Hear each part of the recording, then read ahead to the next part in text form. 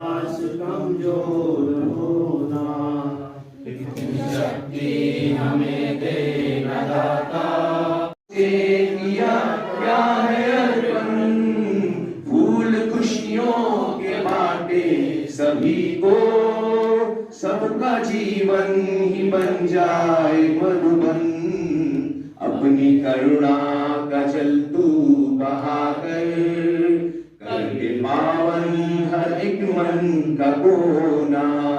हम चले नेक रास्ते पे हमसे भूल कर भी कोई भूल होना, इतनी शक्ति हमें देना दाता। मन का विश्वास कमजोर होना, इतनी शक्ति हमें देना दाता। मन का विश्वास कमजोर होना, हम चले नेक रास्ते पे हमसे भूल कर भी कोई भूल होना, भूल कर भी कोई भूल होना। मौसम बदलने लगा है, फिर धीरे धीरे मौसम बदलने लगा है, फिर धीरे धीरे यहाँ का मौसम बदलने लगा है। फिर धीरे धीरे वातावरण सो रहा था, अब आँख मलने लगा है। वातावरण सो रहा था, अब आँख मलने लगा है। पिछले सफर की न पूछो, टूटा हुआ एक रथ है।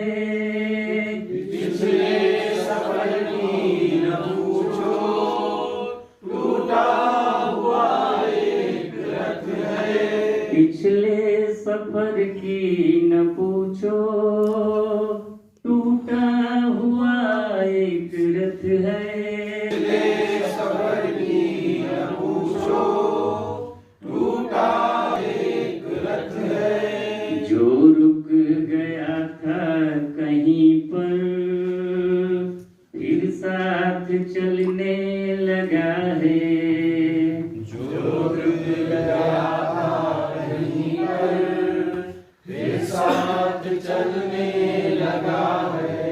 फिर धीरे धीरे यहाँ का मौसम बदलने लगा है।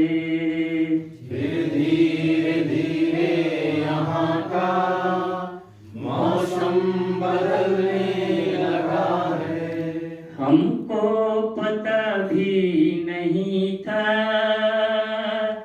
वो आग ठंडी पड़ी थी। हमको पता भी नहीं था, वो आग ठंडी पड़ी थी। हमको पता भी नहीं था, वो आग ठंडी पड़ी थी। हमको पता भी नहीं था, वो आग ठंडी पड़ी थी। जिस आग पर आज पानी सहसा उबलने लगा है।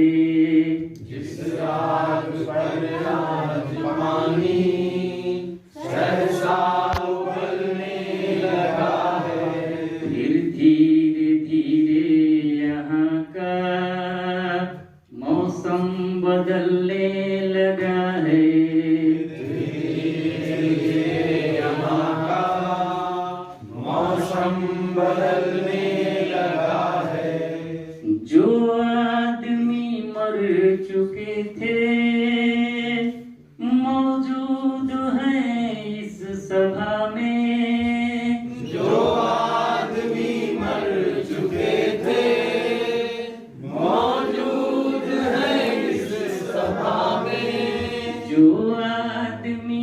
चुके थे मौजूद हैं इस सभा में। जो आदमी मर चुके थे मौजूद हैं इस सभा में। हर एक सच कल्पना से आगे निकलने लगा है। हर एक सच कल्पना से आगे निकलने लगा है। धीरे धीरे धीरे यहाँ का मौसम बदलने लगा है। धीरे धीरे यहाँ का मौसम बदलने लगा है। बातें बहुत हो रही हैं मेरे तुम्हारे विषय में। बातें बहुत हो रही हैं मेरे तुम्हारे विषय में। बातें बहुत हो रही हैं मेरे तुम्हारे विषय में। बातें बहुत हो रही हैं मेरे तुम्हारे विषय में। जो रास्ते में खड़ा था पर्वत पिघलने लगा है। जो रास्ते में खड़ा था पर्वत पिघलने लगा है। धीरे धीरे धीरे यहाँ का मौसम बदलने लगा है। धीरे धीरे यहाँ का मौसम बदलने लगा है। वातावरण सो रहा था अब आँख मलने लगा है। वातावरण सो रहा था अब आँख मलने लगा है। धीरे धीरे धीरे यहाँ का मौसम बदलने लगा है। धीरे धीरे यहाँ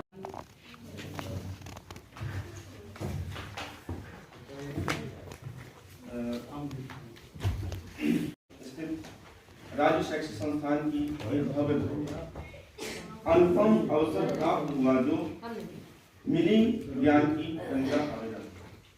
परम आदरणीयों के सानिध्य में देवी हमको शांत मन हुआ। अनुशासन और क्रियान्वयन का हर क्षण दिखता रूप अनोखा। फलदार वृक्ष क्यों झुक जाते हैं साक्षात प्रमाण मिला। प्रारंभ दिवस से ही छठा अनोखी कहीं न जाए महिमा की। समस्याओं के समाधान में टीम भावना अविरत रही। सतत अनवरत सहज भाव से दिवस सागर बना दिया। प्रतिभा का विस्तार इतना राज्य शैक्षिक संस्थान ने सिखा दिया। बाधाओं के भवसागर में पार होकर के जाएंगे। आपके आशीर्वाद से गृह विज्ञान विषय को सार्थक हुआ। तो जैसा कि जो हमारे संदर्भदाताओं विद्वान संदर्भदाताओं मैं कहना नहीं चाहता हूं कि जो मैंने 2 दिवस में आज तृतीय दिवस है मैंने पाया है कि इतना मैडम जी द्वारा दीप्ति मिश्रा मैम द्वारा इतना जो रसायन यहाँ पर एक इकट्ठा किया गया, एक जो संगठन बनाया जिसमें कि डिग्री कॉलेज से लेकर के डायट प्रवक्ता से लेकर के और बहुत ही विद्वान जो बेसिक से लेकर के साथ साथ मतलब जो यहाँ मंचासीन सब साथी हैं। और मैं सोचता हूँ कि इतना अच्छा प्रशिक्षण कैसे जो है वास्तव में हमें मिला और बहुत कुछ सीखने को मिला। सकारात्मक तरीके से जो प्रशिक्षण चला, सबके अपने अपने तरीके से समझाने का जो तरीका रहा, गतिविधि आधारित प्रशिक्षण हम लोगों के विभिन्न जिलों से हम लोग आए हैं और हम लोगों ने वास्तव में एक जो टीम भावना स्पिरिट होती है टीम की, उसके अंतर्गत रहते हुए सकारात्मक तरीके से प्रशिक्षण प्राप्त किया। और ये जो अनुभूति हम लोग आज तृतीय दिवस लाभ दिवस है जो लेकर के जाएंगे, ये हमारे मन मस्तिष्क में हमेशा एक जो है दृश्य के रूप में हमें छाई रहेगी। लगेगा कि नहीं, राज्य शिक्षा संस्थान अपने आप में एक विद्वानों की एक जो है एक स्थान है जहां से आप हर प्रकार का जो एक सरल से सरल विषय कितना अच्छे तरीके से, कितना सार्वजनिक तरीके से आप प्राप्त करते हैं। सर के लिए, सर और पूरे मंचा से हमारे साथ जो संदर्भदाता साथी हैं उनके लिए जरूर आप ताली एक बार बजा दीजिए। और आपको बहुत अच्छा लगा सर, धन्यवाद आपका। तो आपकी इतनी अच्छी सोच है और सबसे बढ़िया तो मुझे आपकी जो कविता वो आपकी स्वरचित कविता है। अच्छा, तो यार ये कविता जो है आप व्हाट्सएप पे कर दीजिएगा और इस कविता को हम अपने संस्थान वाले ग्रुप में जरूर डालेंगे ताकि हमारे प्राचार्य सर इसको देख सके और जो भी हमारे और जो यहाँ पर हमारे प्रवक्ता साथी हैं, जो भी स्टाफ है वो इसको देख सके कि आपके द्वारा जो इस कविता के माध्यम से जो फीडबैक दिया गया है वो बहुत अच्छा है। और आपको इसके लिए बहुत बहुत धन्यवाद है, कोटि कोटि धन्यवाद। हम हमारे सभी जितने भी यहाँ उपस्थित जो भी अध्यापक हैं और अध्यापिका बहनें हैं वो सभी को धन्यवाद जिन्होंने जो है इस प्रशिक्षण को सफल बनाने में अपना सहयोग दिया है। ठीक है, तो हम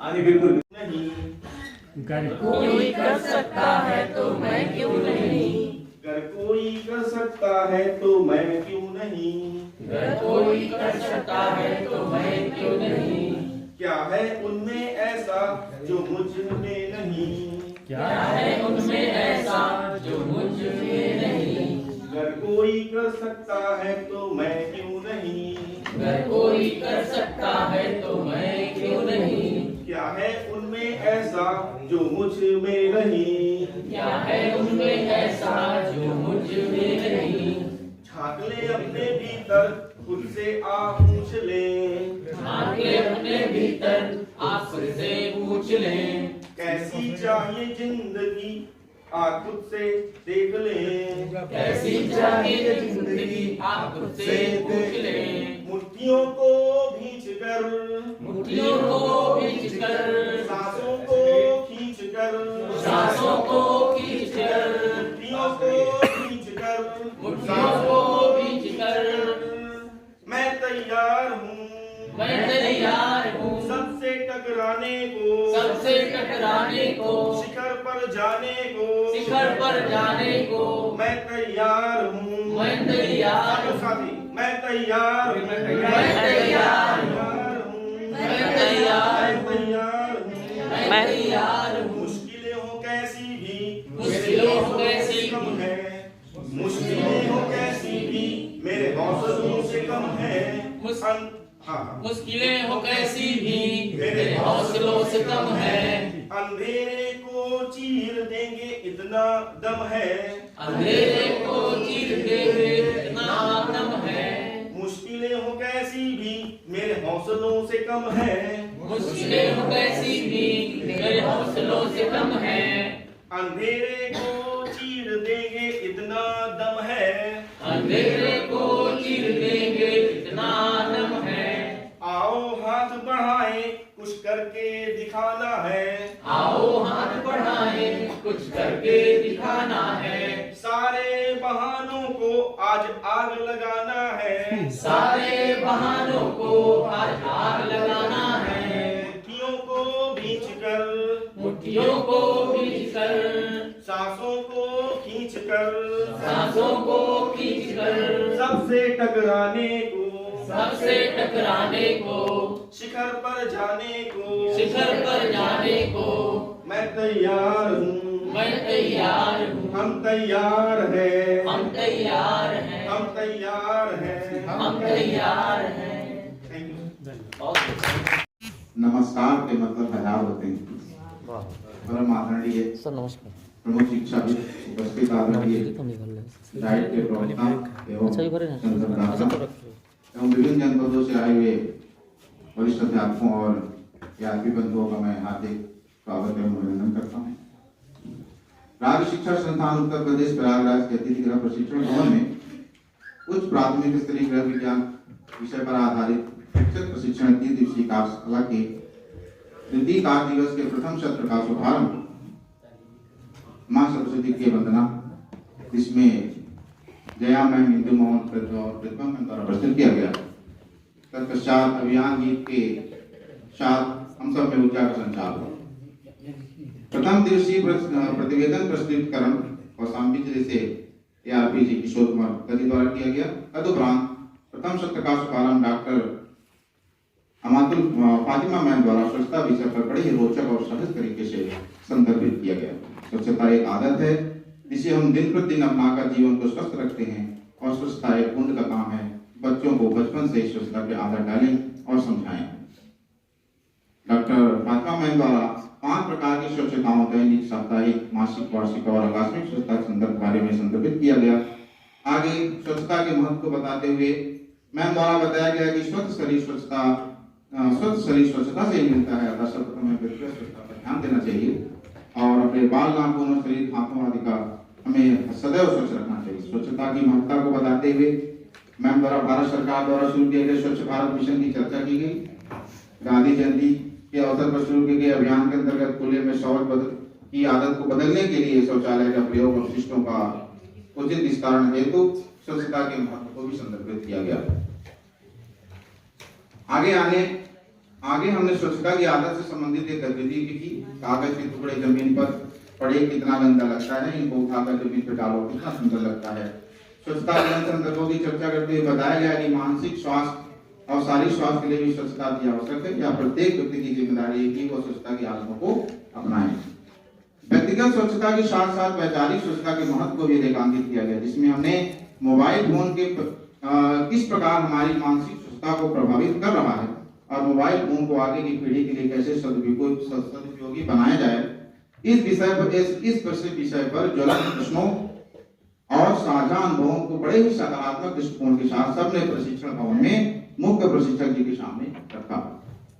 डॉक्टर फातिमा मैम द्वारा गृह विज्ञान विषय के अंतर्गत स्वच्छता विषय की आदर्श पाठ योजना कैसे, इस पर मार्गदर्शन दिया गया। स्वच्छ भारत का सपना कैसे साकार हो, इस विषय पर विचार दिए गए। तदुपरांत सत्र को आगे बढ़ाते हुए श्रीमान मुख्य प्रशिक्षक महोदय ने डायरेक्टर कौशाम्बी के गृह विज्ञान प्रवक्ता डॉक्टर नमिका मैम को आमंत्रित किया। डॉक्टर नमिका मैम द्वारा प्राथमिक शिक्षा विषय को संदर्भित किया गया।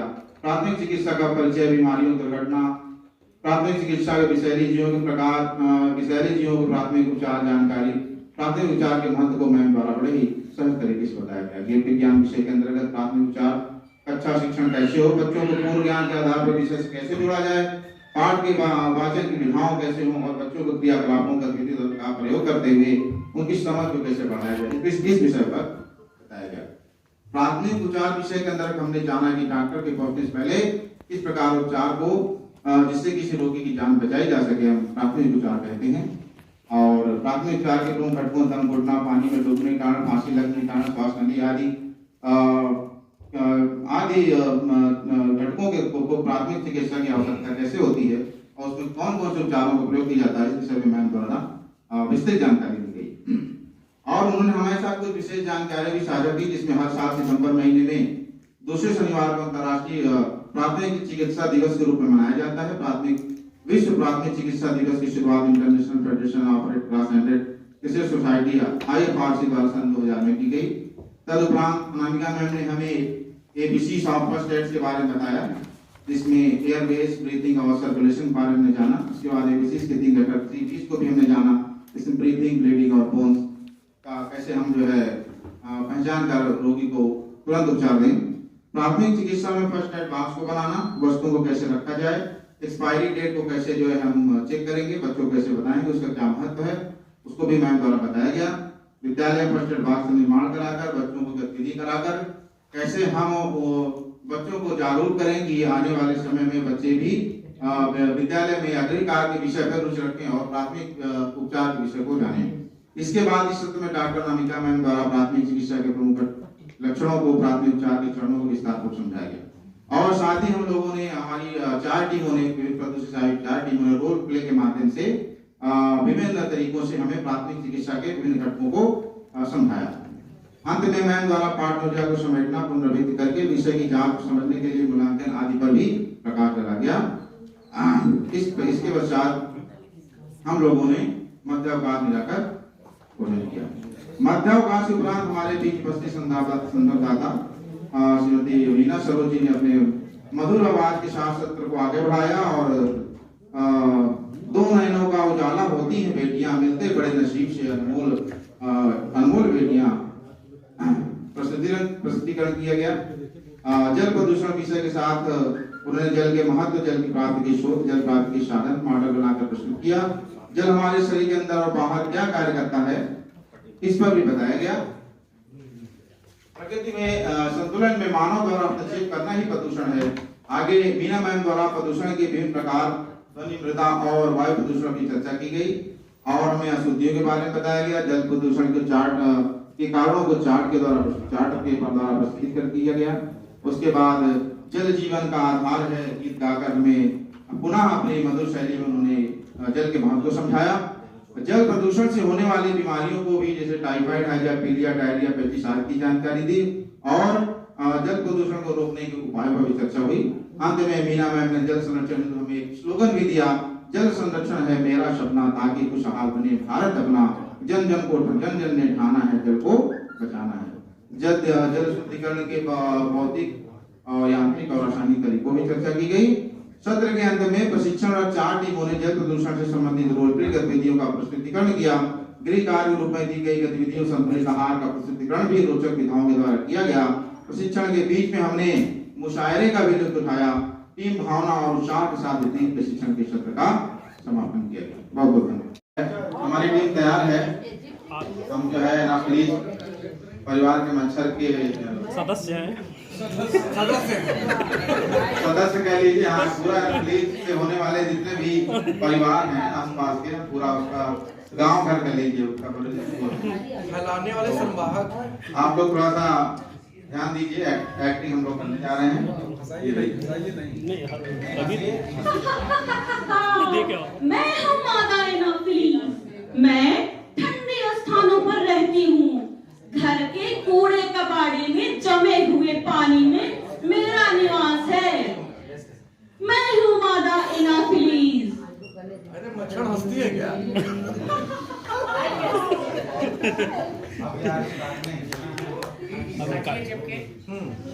अब मैं अपना शिकार ढूंढने जा रही हूँ और अब मैं काटने जा रही हूँ।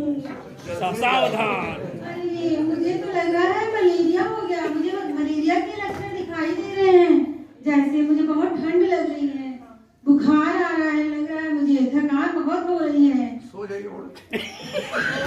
क्या हो गया? मलेरिया हो गया? मलेरिया तो मच्छर के काटने से होता है। तुमको मच्छर कब कहाँ कैसे काट लिया? अरे आज अभी अभी थोड़ी देर पहले ही तो काटा है। मुझे लग रहा है मुझे मलेरिया हो ही गया है। देखो टेस्ट कराओ और देखते हैं मलेरिया कैसे हो गया। मलेरिया तो जो है तुम्हारी कॉलोनी तो बहुत साफ सुथरी नजर आती है। मलेरिया तो जो है गंदी जगह पे गंदा पानी जहाँ इकट्ठा होता है वहाँ उसके जो है मच्छर होते हैं। और देखते हैं, अरे यहाँ घर के आसपास कितना कूड़ा करकट इकट्ठा है। घर के आसपास भी कूड़ा करकट इकट्ठा करके रखोगे तो मलेरिया का मच्छर तो होगा ही। चलो और देखें। अरे ये कूलर में इतना पानी भरा पड़ा है। कूलर में ये कितने सारे मच्छरों ने अंडे दे रखे हैं। यहाँ से तो आप मलेरिया का मच्छर तो पैदा होगा ही। अपने आसपास आपको सफाई रखनी चाहिए। पानी नहीं कहीं एकत्र होने देना चाहिए कहीं। अरे अब जब हमें हो गया है ना तो उसका तो कुछ उपाय बता दीजिए।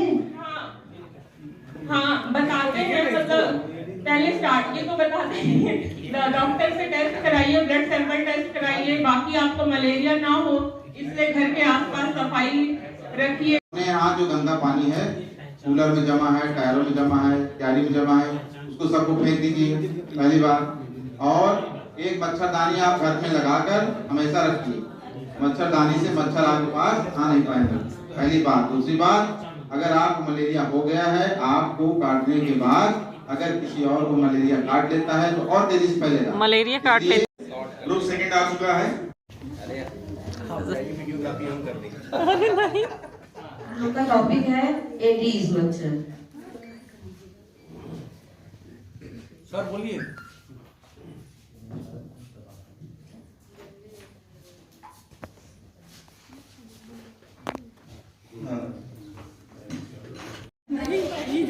भाई देखो ये प्रारंभिक लक्षण तो डेंगू के लग रहे हैं। आप एक काम करो, ब्लड टेस्ट तो कराइएगा ही, आप इस बच्चे को मच्छरदानी में अलग रखिए, ताकि अगर ये प्रभावित है डेंगू से तो ये परिवार के अन्य सदस्यों को प्रभावित न करे। सर ये हुआ कैसे रहता? तो ये अंदर घर में रहे, ज्यादा बाहर नहीं निकलता, लेकिन 2-3 दिन से कोई प्रॉब्लम आ रही हो कैसे गया? देखिए, बड़े अफसोस की बात है कि इतने प्रचार प्रसार के बावजूद हम और आप गलतियां करते हैं। जरूर आपके घर के पुराने कूलर की टंकी, गाड़ियों से निकले हुए टायर, पुराने टूटे फूटे बर्तनों में कहीं न कहीं पानी जमा होगा। अगर हम अपने घर के आसपास सफाई नहीं रखेंगे तो ऐसी ही समस्याएं हमेशा परेशान करेंगी। लेकिन आप परेशान ना हो, आप बिल्कुल सही समय पे आ गए हैं। संभवतः आपको टेस्ट भी न कराना पड़े, मैं दवा देता हूँ। और एक चीज और, कभी भी किसी नीमकीन की बात मान के कॉम्बिफ्लेम, एनाफ्लेम, एनाल्जेसिक कभी मत दीजिएगा। सिर्फ पैरासीटामोल, सीपीएम की गोलियां दीजिएगा। मैं भी आपको लिख दे रहा हूँ। और ब्लड टेस्ट आप जरूर करा लो, क्योंकि ऐसे में प्लेटलेट्स के डाउन होने का डर रहता है। बच्चे को तरल पदार्थ ज्यादा से ज्यादा दीजिएगा, पपीता खिलाइएगा। और हाँ, एक चीज और, complete bed rest.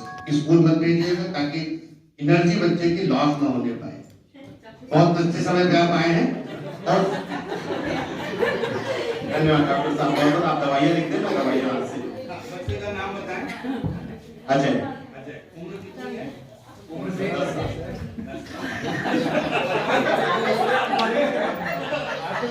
Thank you sir.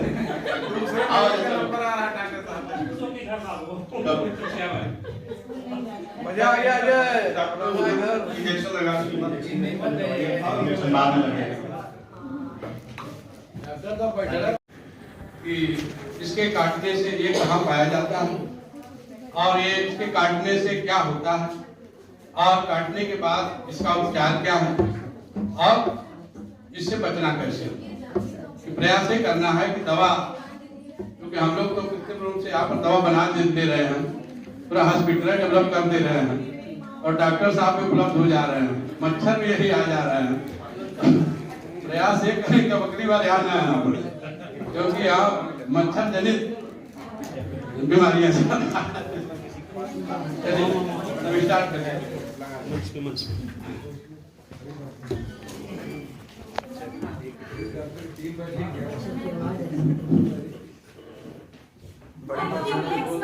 मादा मच्छर मैं ठंडे और गंदे पानी में पाई जाती हूँ।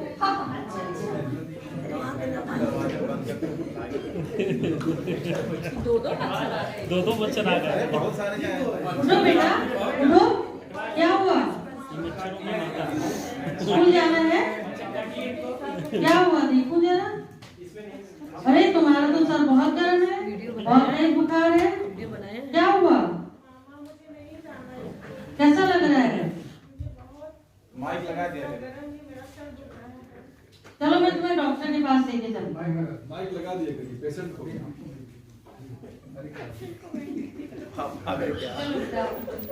अभी तक तो मरीज एक है। अरे भाई साहब, आपको क्या हुआ? बहुत हो गए। अरे मैं ऑफिस में काम कर रहा था, मुझे लगा वहाँ कुछ मच्छर वच्छर जाते हैं, काटने से 15-20 दिन से पैर में कुछ सूजन टाइप का हो गया है। ये मच्छर के काटने से हुआ है? पता नहीं, लेकिन एक ही पैर में पूरा सूजन हो गया, पैर फूल गया है पूरा। बेटी को डॉक्टर के पास ले जा रहे हो, आपको भी ले। अच्छा, आप भी जांच करा लेते हैं, पता नहीं क्या हुआ इसमें। ठीक। प्रमोदर बर्रे तो नहीं आ गया, काट लिया। मेरी बेटी को आज बहुत तेज बुखार हुआ है और बुखार कम होने का नाम नहीं ले रहा। इसका सर भी बहुत गर्म है, इसका सर घूम गया है, चक्कर आ रहा है। ये कब से है? ये आज सुबह बहुत तेज बुखार लगा है। उससे पहले इसको हल्का हल्का था, लेकिन इसने बताया नहीं। सुबह मैंने जब उसको उठाया तो उसको बहुत दिक्कत हो रही थी उठने में और चक्कर भी बहुत आ रहा था। देखिए, आज सुबह से ये नहीं है, इसको पहले ऐसा महसूस हो रहा होगा, आज बड़ा सा बढ़ गया होगा, तब आपको बच्ची ने बताया कि नहीं ये समस्या है। कब से सर दर्द भी हो रहा है? और शरीर में दर्द भी हो रहा है। अच्छा। और शरीर गर्म भी है। ऐसा है, पहले आप जांच करा दीजिए और जांच करा के ले आइए रिपोर्ट, उसके बाद जो है मैं दवा दे आप जांच करा के तब तक नहीं आए तो किस मरीज को मैं देखता हूँ। मेरा भी डॉक्टर साहब, मेरे ऑफिस में गहरे रंग के पर्दे लगे हुए हैं। जब मैं पीछे जाता हूँ तो देखता हूँ कि मच्छर ज्यादा उड़ रहे हैं, तो मुझे लगता है कि कुछ ऐसी बीमारी है कि मेरे पूरे पाँव सूज गए हैं। आप मलेरिया के लक्षण ये कब से है? डॉक्टर साहब 10-15 दिन से इसके लक्षण आने शुरू हुए थे, अब बढ़ रहे हैं। 15 दिन से आप दिखाया नहीं डॉक्टर को कभी? नहीं डॉक्टर साहब, दिखाया नहीं है अभी। आप अभी तत्काल जांच कराइए, क्योंकि ये तो अस्पष्ट स्थिति आप जांच करा के जल्दी आप आइए। जांच का डॉक्टर साहब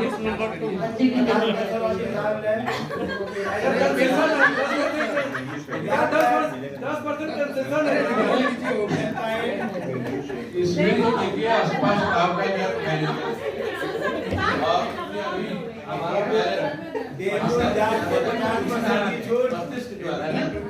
अभी स्टार्टिंग है और उसके बाद भी और आपको दिक्कत आ सकती है, इसलिए अभी मैं दवा लेके और आप तत्काल फिर मेरे आइए। उसके बाद अगर आराम नहीं होगा तो फिर डॉक्टर साहब ये एफडीएस टेस्ट उन्होंने लैब वालों ने किया है, जरा देख लीजिए। अरे वो तो मैं जो बता रहा था आपको वही सब लोग जानते ही होंगे ना। नहीं जानते। जब चोट लगने पे सबसे ज्यादा हमें लगता है जो समस्या होती है वो ब्लीडिंग वाली होती है। बच्चे चोट पाते हैं तो ब्लीडिंग बहुत ज्यादा होती है, तो सबसे ज्यादा उसके प्राथमिक उपचार की हमें आवश्यकता होती है। तो प्राथमिक उपचार के सबसे पहले हमें क्या विद्यालय में रखना जरूरी होता है? बेटाडीन। बेटाडीन हमें लगता है कि सबसे ज्यादा जरूरी है, जो कि फर्स्ट एड बॉक्स में हमें रखना चाहिए। फर्स्ट एड बॉक्स में बेटाडीन से हम उसको जो है उसकी ब्लीडिंग को बंद करेंगे, स्पिरिट से पहले साफ करेंगे, फिर बेटाडीन से उसको जो है हम कॉटन और इसका प्रयोग करके जो है पट्टी का हम उसकी ब्लीडिंग को बंद करेंगे। ठीक है, उसके बाद हम उसके डॉक्टर के पास ले जा सकते हैं। ये 2 टैबलेट है आपके। मुझे पता है सबको घर जाने की जल्दी है, तो कुछ मैं शेयर यहाँ करना चाहती हूँ कि जैसे कि यहाँ पे हम लोग कुछ सिखाने आए थे, लेकिन हम लोग कुछ सीख के भी जा रहे हैं यहाँ से, और बहुत अच्छा लगा यहाँ पे। लगा ही नहीं, मतलब एक परिवार जैसा लगा। सबको घर जाने की जल्दी है, इसलिए मैं ज्यादा टाइम नहीं लूंगी और मैं एक गीत में प्रस्तुत करना चाहती हूँ, जिसमें ये बताया गया है कि अगर हम किसी के साथ अच्छा नहीं करते हैं तो उसके साथ हमको बुरा भी नहीं करना चाहिए, कि किसी के साथ अगर भला नहीं कर सकते तो बुरा भी मत करो।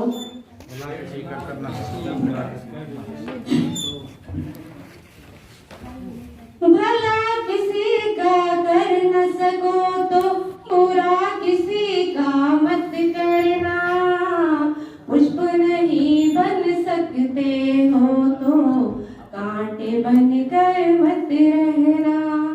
भला किसी का कर न सको तो बुरा किसी का मत करना, पुष्प नहीं बन सकते हो तो कांटे बन कर मत रहना। बन न सको भगवान अगर तो कम से कम इंसान बनो, नहीं कभी शैतान बनो, नहीं कभी हैवान बनो। बन न सको भगवान अगर तुम कम से कम इंसान बनो, नहीं कभी शैतान बनो, नहीं कभी हैवान बनो। सदाचार अपना न सको तो पाप में पग मत धरना, पुष्प नहीं बन सकते हो तो कांटे बन कर मत रहना। भला किसी का कर न सको तो बुरा किसी का मत करना, पुष्प नहीं बन सकते हो तो कांटे बन कर मत रहना।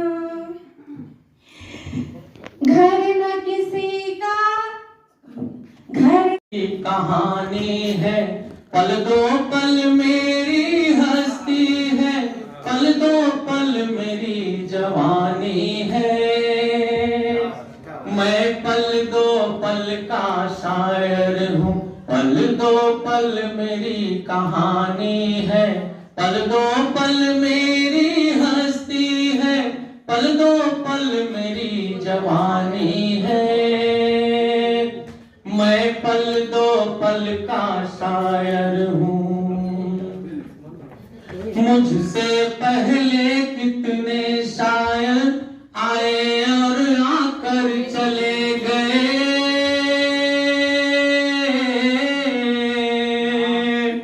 कुछ नगमे गाकर लौट गए, कुछ आहें भर कर चले गए।